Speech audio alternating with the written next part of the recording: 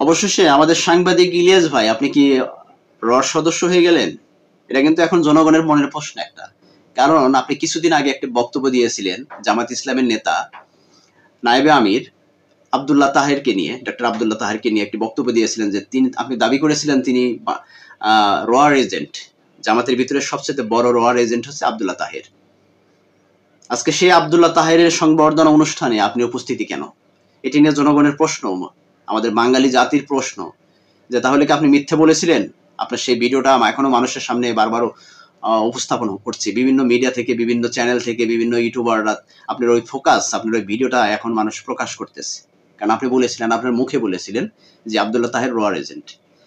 আজকে জাতিসংঘের অধিবেশনে মাননীয় প্রধান উপদেষ্টার সাথে সফর সঙ্গী হিসেবে ডক্টর আব্দুল্লাহ তাহের সেখানে উপস্থিত, এবং ডক্টর আব্দুল্লাহ তাহেরকে যারা নিউ ইয়র্কের যারা প্রবাসী, যারা জামাত ইসলাম শিবির যারা সদস্য আছে, তারা তাদেরকে সংবর্ধনা অনুষ্ঠানে তাকে সংবর্ধনা দেওয়ার জন্য একটা অনুষ্ঠান আয়োজন করে। সেই অনুষ্ঠানে আপনি উপস্থিত হয়েছেন এবং এই আব্দুল্লাহ তাহেরের সাথে আপনি সেলফি উঠাচ্ছেন।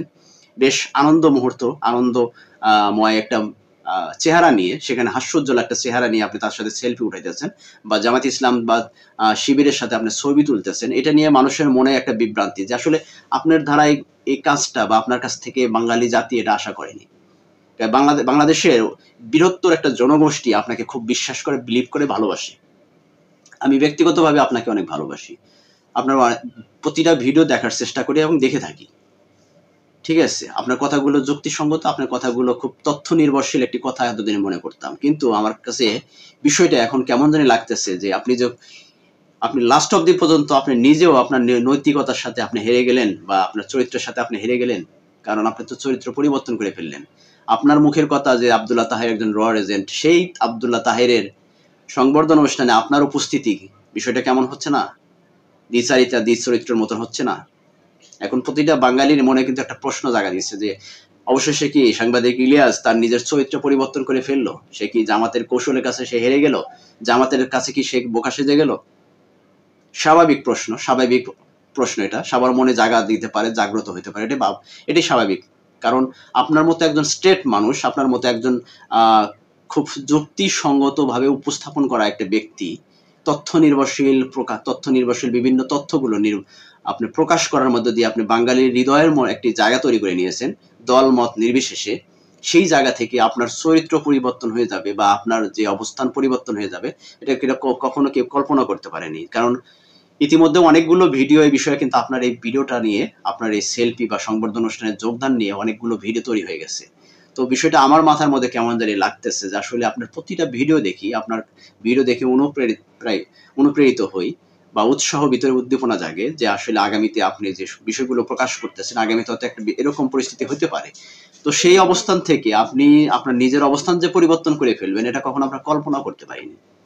আজকে যে আব্দুল্লাহ তাহেরকে নিয়ে এত সমালোচনা করেছেন, এত করেছেন, চ্যালেঞ্জ ছুড়ে দিয়েছিলেন, এটা নিয়ে জামাতের কিন্তু অনেক নেতাকর্মীরা আপনার বিরুদ্ধে কিন্তু বিক্ষোভও করেছে, মিছিলও করেছে, এবং আপনাকে এটার সঠিক তথ্য জানানোর জন্য কিন্তু আপনাকে অনেক কথা বলেছে, যে তারা স্টেট দিয়ে দিয়েছে, যে ব্রিফিং দিয়েছিল যে আপনাকে এটা সঠিক তথ্য বের করে দিতে হবে, আসলে সেটা আব্দুল্লাহ তাহের ভারতের রয়ার এজেন্ট কিনা। সেরকম একটা স্টেট বক্তব্য দিয়ে আপনি জামাত ইসলামকে বিব্রত অবস্থায় ফেলে দিয়েছিলেন, যে জামাত ইসলামের নায়েবে আমির রয়ার এজেন্ট। এরা দেশের ভিতরে সবাইকে একটু অন্যরকম একটা রাজনৈতিক অঙ্গনে অন্যরকম একটা প্রচার শুরু হয়ে গেছিল। সেই ইলিয়াস ভাই, আপনি যদি আজকে সেই আব্দুল্লাহ তাহেরের সংবর্ধনা অনুষ্ঠানে আপনি গিয়ে যদি আবার সেলফি উঠান, আপনি যদি সেখানে গিয়ে হাস্যোজ্জ্বল মুখ নিয়ে আপনি সবার সাথে সেলফি তুলতে চান, তাহলে বাংলাদেশের মানুষকে এতদিনে আপনাকে বিশ্বাস করে, বা আপনার যে কথাগুলো বিশ্বাস করে ভুল করেছে, আপনাকে বিশ্বাস করে তারা কি তাদের নিজের চরিত্রকে নিজেরা বিলিয়ে দিয়েছে, যে আপনার মতো একজন চৌকস একজন সাংবাদিক এভাবে আপনি নিজের চরিত্র পরিবর্তন করবেন, কল্পনা করা যায় না। প্রতিটা মানুষের একটা অভিযোগ এটা, যে আপনার মতো একজন সাংবাদিক আপনি জামাতের কৌশলের কাছে ধরা খেয়ে গেলেন।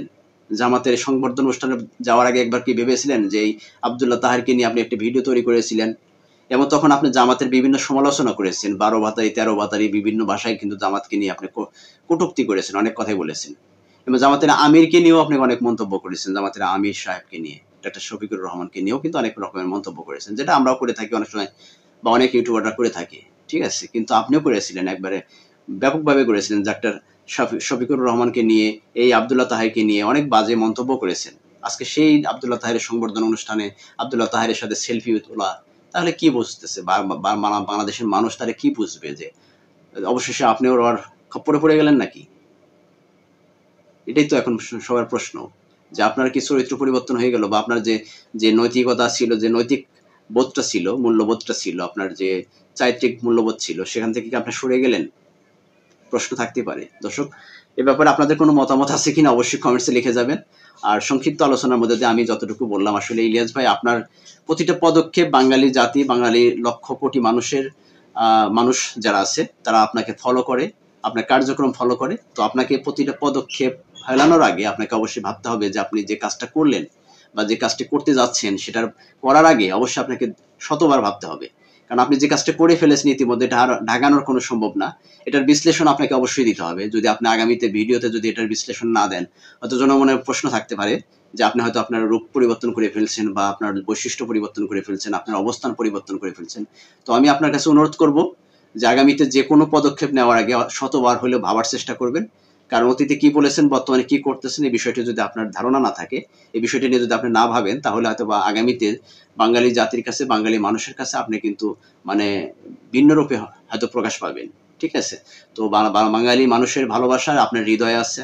আপনার আপনার জন্য বাঙালি জাতির হৃদয়ে আছে ভালোবাসাটা।